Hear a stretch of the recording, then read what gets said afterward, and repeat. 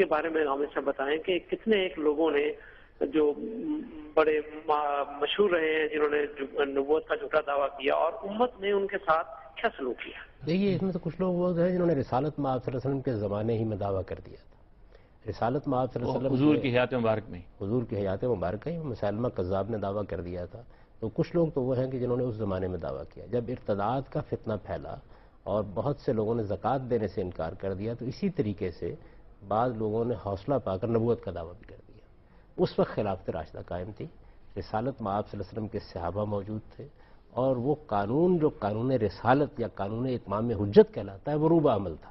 یعنی اللہ کا ایک سچا پیغمبر جب دنیا میں موجود ہوتا ہے تو اس کی طرف سے اتمام حجت کے بعد اس کے نہ ماننے والوں پر سزا نافذ کی جاتی ہے.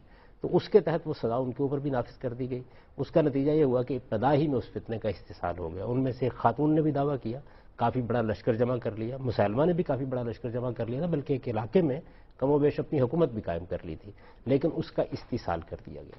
اس کے بعد پھر مختلف ادوار میں بعض ایسے لوگ تھے کہ جنہوں نے انفرادی حیثیت سے اس طرح کے دعوے کیے، جس میں ایک بہت مشہور شاعر ابوالعلا ماوردی ہے جس کی غفران اور لزومیات کتابیں ہیں، اور اس نے ان میں اپنی شاعری کے زور پر اس طرح کے دعوے کیے.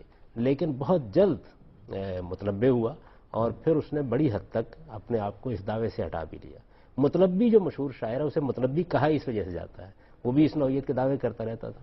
پھر یہ کہ ہمارے ہاں تصوف کے زیر اثر بھی بہت سے لوگوں نے اس طرح کے دعوے کیے، اور یہ دعوے کبھی الہام کے ہوئے، کبھی القاء کے ہوئے، کبھی وحی کے ہوئے، کبھی اللہ سے براہ راست مکاشفے اور مکالمے کے ہوئے.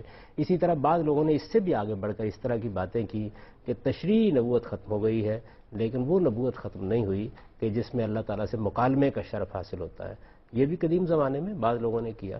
تو ایسا ہوا کہ جب کبھی یہ معاملہ بہت شدت کے ساتھ سامنے آیا اور کوئی اسلامی حکومت یا مسلمانوں کی حکومت قائم تھی تو یہ ایک مقدمے کی صورت اختیار کر گیا اور برموم سزا دے دی گئی. اس معاملے میں ارتداد کی سزا ان کے اوپر نافذ کر دی گئی. بعد کے زمانوں میں جب مسلمانوں کی حکومت قائم نہیں رہی تو اس میں بھی بہت سے لوگ ہیں کہ جنہوں نے مہدویت کے دعوے کیے، اور اسی طرح سے جیسے مہدی سوڈانی نے دعویٰ کیا، مہدی جونپور نے دعویٰ کیا، تو اس طرح کے لوگ بھی ہوئے. انہی میں پھر ہمارے ملک کے اندر بھی اس نوعیت کا معاملہ ہوا، اور اس وقت مسلمانوں کی حکومت قائم نہیں تھی تو اس وجہ سے کوئی اس نوعیت کا سزا دینے کا معاملہ نہیں ہوا.